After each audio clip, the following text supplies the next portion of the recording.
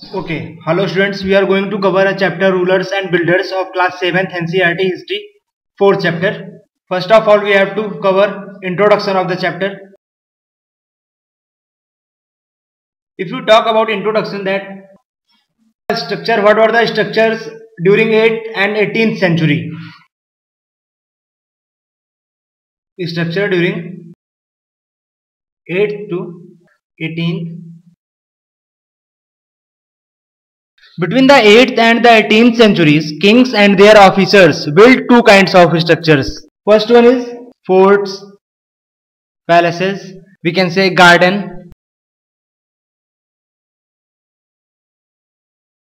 residences, or tombs, safes protected the grandiose palace of rest in this world. And the second were structures meant for public activity, including temples, mosques, tanks, wells.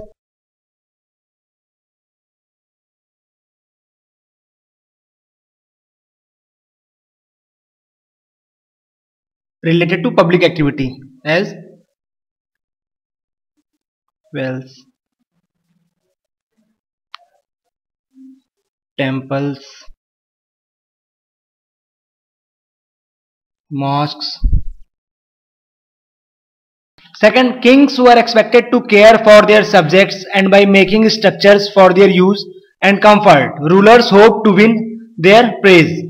And constructions activity was also carried out by others, including merchants. They built temples, mosques, and wells. However, domestic architecture, large mansions, havelis of merchants, has survived only from the 18th century.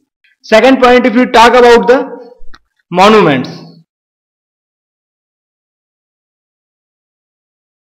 If you talk about monument, we can say that engineering skills, and we will talk about engineering skills and constructions, as monuments provide an insight into technologies used for construction. Take something like a roof, for example. We can make this by placing wooden beams or a slab of stones across four walls.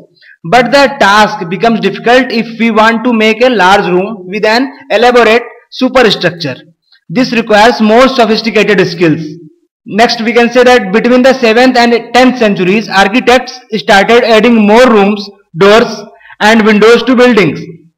Roofs, doors, and windows were still made by placing a horizontal beam across two vertical columns, a style of architecture called trebuchets or corbelled.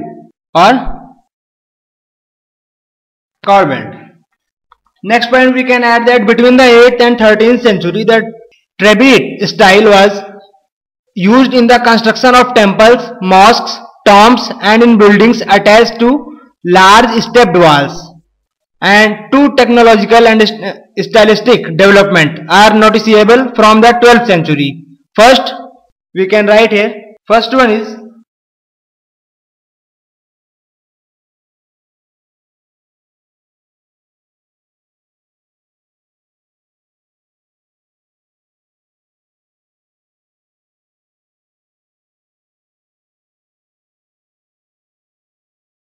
above the doors, and windows was sometimes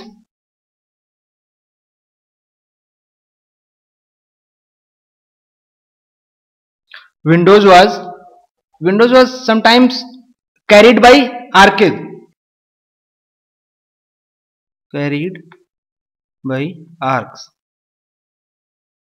The architectural form was called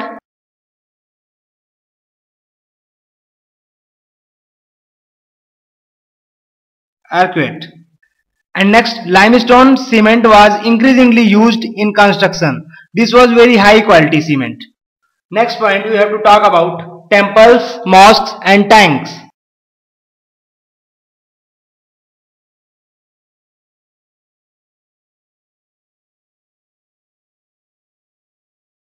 If you see about temple construction in the early 11th century, the Kandariya Mahadev temple can be pronounced in both ways, Kandariya Mahadev and Kandariya Mahadev temple, dedicated to Shiva, was constructed in 1999 by the king Dangadev of the Chandel dynasty.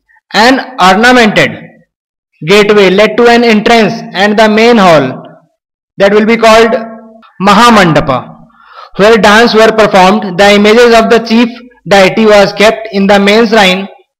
This was the place for ritual worship, where only the king, his immediate family and priests gathered. The Khajuraho complex contained royal temples where commoners were not allowed entry. The temples were decorated with elaborately carved sculptures.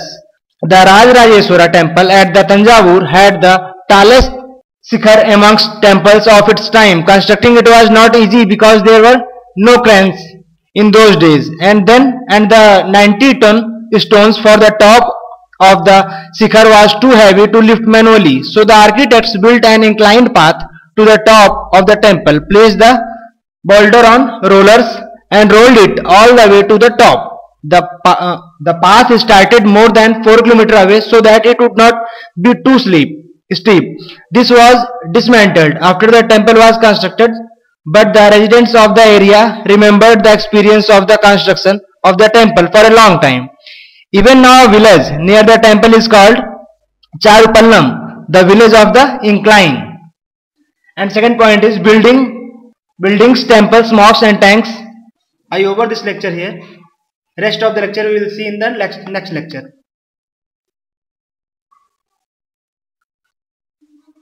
Thank you.